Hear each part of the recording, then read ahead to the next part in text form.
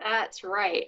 So our first liturgical series of annual giving programs focuses specifically on proportional giving.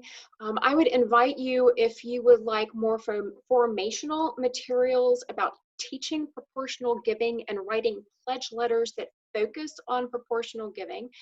If you're interested in that, go take a look at the Walk in Love, All Hearts Open, or Now Into the World pledge letters, because these offer specific formation, especially the letters that we wrote for new pledges. It offers specific formation on what proportional giving is and why we do it.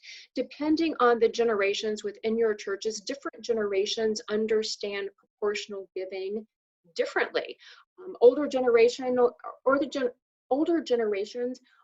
many of them were formed in knowing what a tithe is, actually knowing what the word means. Quite often now we can say the word tithe and folks don't know what that means, and it is different from proportional giving.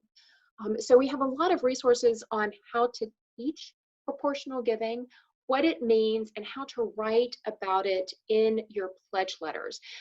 As I said before, you're welcome to cut and paste from anything that we have into your materials, whether you are using our materials and our theme, or you just need those one or two sentences that are crafted in a way that is helpful. Cut and paste to your heart's content. Now, on the back of pledge cards, quite often we offer additional information to help make the pledge.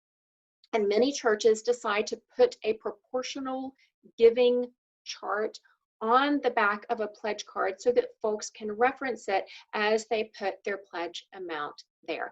And it is essential to note, if you are using proportional giving charts, all charts are not created equally. When you go and look at our materials, we have probably 7 or 8 different proportional giving charts that offer different information.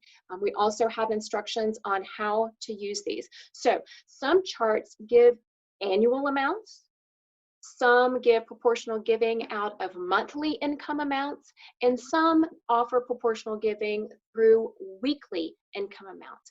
Think about your congregation and what will work best for their culture and context. For instance, college students, if you have a number of college students within your congregation, college students might do well with a weekly proportional giving chart, while older adults will work better with a monthly chart.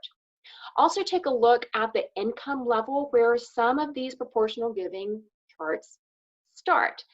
It can vary from $10,000 as an annual income to $1 million as an annual income. Know your congregation so that you meet them where they are. Also note that some charts begin with aspirational giving, so the first line starts at 15%, while other charts meet many where they are, beginning with 1, 2, or 3%. Really ambitious development and stewardship folks like to start with the 15% so that they can see what they can let folks see what they're capable of. My preference is to meet folks where they are and start with around 1 or 2%.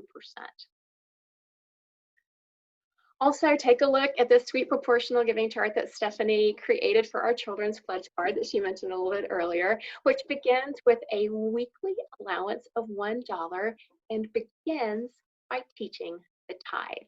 Again, we have additional information within our materials that are specific to children and stewardship, so go take a look at that